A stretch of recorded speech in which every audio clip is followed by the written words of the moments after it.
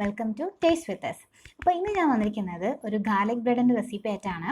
വെറും garlic bread അല്ല, dominoes style stuffed garlic ബ്രെഡിൻ്റെ റെസിപ്പിയാണ്. ചില ഡിഫറൻസ് വരുത്തിക്കൊണ്ടാണ് ഞാനത് ചെയ്തിട്ടുള്ളത്. ഞാൻ യൂസ് ചെയ്തിരിക്കുന്നത് ചിക്കൻ ആണ്. എല്ലാവരും ട്രൈ ചെയ്ത് നോക്കുക, തീർച്ചയായിട്ടും എല്ലാവർക്കും ഇഷ്ടപ്പെടും. ട്രൈ ചെയ്ത് നോക്കി നിങ്ങളുടെ അഭിപ്രായങ്ങളും സജഷൻസ് എല്ലാം കമൻസിലൂടെ അറിയിക്കുക. നിങ്ങൾക്ക് ഈ വീഡിയോ ഇഷ്ടപ്പെടുകയാണെങ്കിൽ തീർച്ചയായിട്ടും ലൈക്ക് ചെയ്യാനും ഷെയർ ചെയ്യാനും സബ്സ്ക്രൈബ് ചെയ്യാനും മറക്കരുത്. അതിന് തൊട്ടടുത്തുള്ള ബെല്ലൈക്കൺ ഉണ്ട്, അതും കൂടെ പ്രസ് ചെയ്യണം. എന്നാൽ മാത്രമേ ഞാൻ ഇനി ഇടുന്ന വീഡിയോസ് നിങ്ങൾക്ക് മിസ് ചെയ്യാതെ കാണാൻ പറ്റും. അപ്പോൾ ഒട്ടും താമസിയാതെ നമുക്ക് ഈ റെസിപ്പിയിലോട്ട് പോകാം. അപ്പം നമുക്ക് ഗാർലിക് ബ്രെഡ് ഉണ്ടാക്കാൻ തുടങ്ങാം.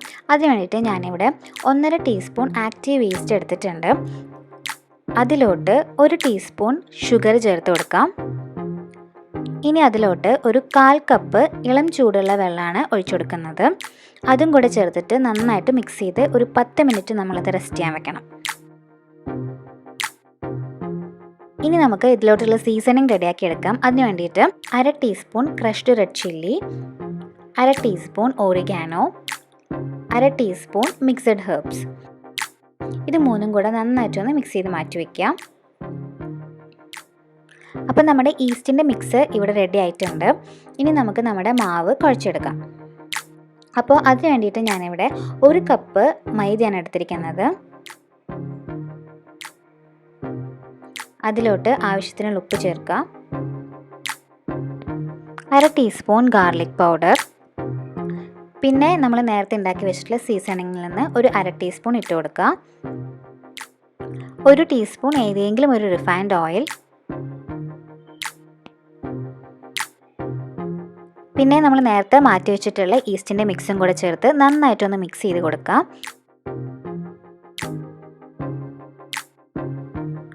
അതിനുശേഷം ആവശ്യത്തിനുള്ള വെള്ളവും ചേർത്ത് നന്നായിട്ടൊന്ന് കുഴച്ചെടുക്കാം. അപ്പോൾ നമ്മുടെ ഈ മാവ് ഒരു സ്റ്റിക്കി പരുവത്തിലാണ് നമുക്ക് വേണ്ടത്.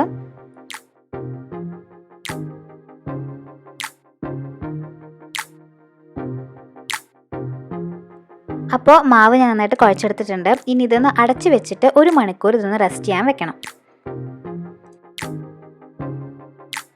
അപ്പോൾ 1 അവർ കഴിഞ്ഞിട്ടുണ്ട്. നമ്മുടെ മാവിടെ നന്നായിട്ട് പൊന്തി വന്നിട്ടുണ്ട്. ആക്ച്വലി ഇവിടെ ഒരു തണുപ്പ് ക്ലൈമറ്റ് ആയിരുന്നു, അതുകൊണ്ടാണിത് ഒരുപാട് പൊങ്ങി വരാഞ്ഞത്. ചൂടുള്ള ക്ലൈമറ്റൊക്കെ ആണെങ്കിൽ ഇതിലും നന്നായിട്ട് പൊന്തി വരും കേട്ടോ. ഇനി ഇതിലോട്ട് കുറച്ചുകൂടെ ഓയിൽ ചേർത്തിട്ട് നന്നായിട്ട് ഒന്നും കൂടെ കുഴച്ചെടുക്കാം.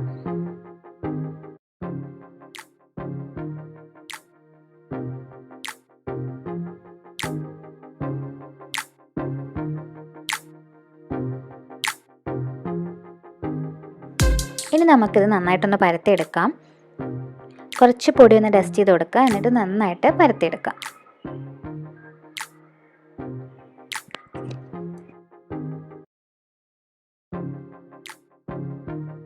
അപ്പോൾ നമ്മൾ ബേക്ക് ചെയ്യാൻ ഏത് പാത്രമാണോ യൂസ് ചെയ്യുന്നത് ആ ഒരു അളവിൽ വേണം നമ്മളിത് പരത്തിയെടുക്കാൻ. അപ്പോൾ ഞാനിവിടെ നന്നായിട്ട് പരത്തിയെടുത്തിട്ടുണ്ട്. ഇനി നമ്മൾ ഇതിലോട്ട് 1 ടേബിൾ സ്പൂൺ സോഫ്റ്റ് ബട്ടർ എടുത്തിട്ടുണ്ട്. അതിലോട്ട് കുറച്ച് മല്ലിയില ചോപ്പ് ചെയ്തത് ചേർത്ത് കൊടുക്കുകയാണ്.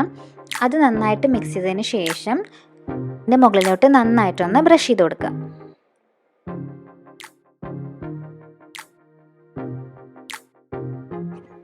ഇനി നമ്മൾ നേരത്തെ ഉണ്ടാക്കി വെച്ചിട്ടുള്ള സീസണിൽ നിന്ന് കുറച്ചെടുത്തിട്ട് ഇതിൻ്റെ ഒരു സൈഡിൽ മാത്രം ഒന്ന് ഇട്ട് കൊടുക്കാം.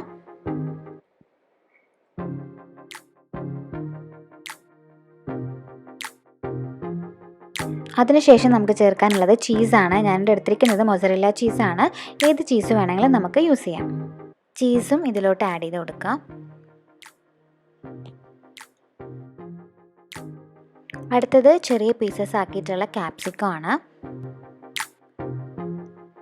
അതിനുശേഷം ചെറിയ പീസസ് ആക്കിയിട്ടുള്ള ഒനിയൻ ആണ്.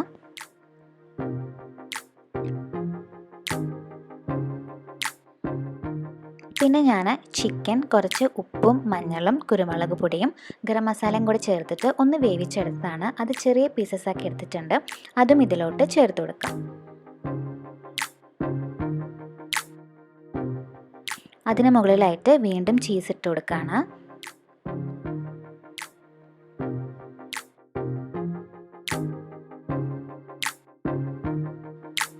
ഇനി അതിൻ്റെ എഡ്ജസിലായിട്ട് കുറച്ച് വെള്ളം ഒന്ന് തേച്ച് കൊടുക്കുക. നമുക്ക് നന്നായിട്ടൊന്ന് സീൽ ചെയ്തെടുക്കണം. ഇനി അത് മടക്കിയിട്ട് നന്നായിട്ടൊന്ന് സീൽ ചെയ്തെടുക്കാം.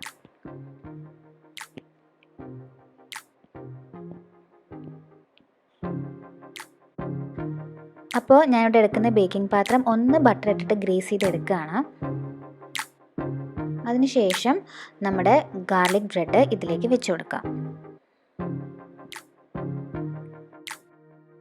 ഇനി അതിന് മുകളിലായിട്ട് കുറച്ചുകൂടെ ബട്ടർ ഒന്ന് തേച്ച് കൊടുക്കാം. നമ്മൾ നേരത്തെ എടുത്ത് വെച്ചിട്ടുള്ള ആ കൊറിയാൻഡർ ബട്ടർ മിക്സ് ഉണ്ടല്ലോ, അതാണ് കേട്ടോ തേച്ച് കൊടുക്കേണ്ടത്. അതിനുശേഷം അതിൻ്റെ മുകളിലായിട്ട് സ്ലിറ്റ്സ് ഇട്ട് കൊടുക്കാം. ഒരുപാട് താഴ്ത്തി ഇട്ട് കൊടുക്കണ്ട, ജസ്റ്റ് മുകളിലൊന്ന് വരഞ്ഞു കൊടുത്താൽ മതി.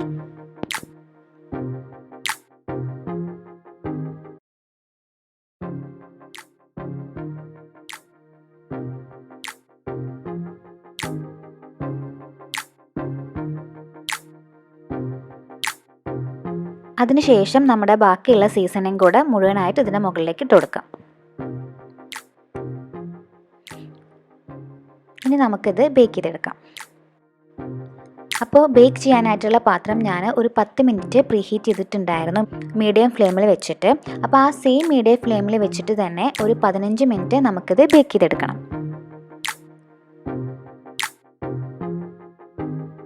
അപ്പോൾ 15 മിനിറ്റ് കഴിഞ്ഞിട്ടുണ്ട്. ഇവിടെ നന്നായിട്ട് ബേക്കായി വന്നിട്ടുണ്ട്.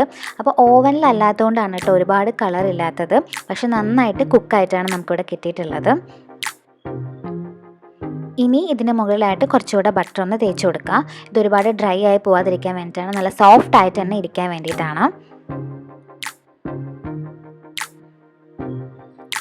ഇനി ഇത് ചൂടോടെ തന്നെ നമുക്ക് സെർവ് ചെയ്യാം കേട്ടോ.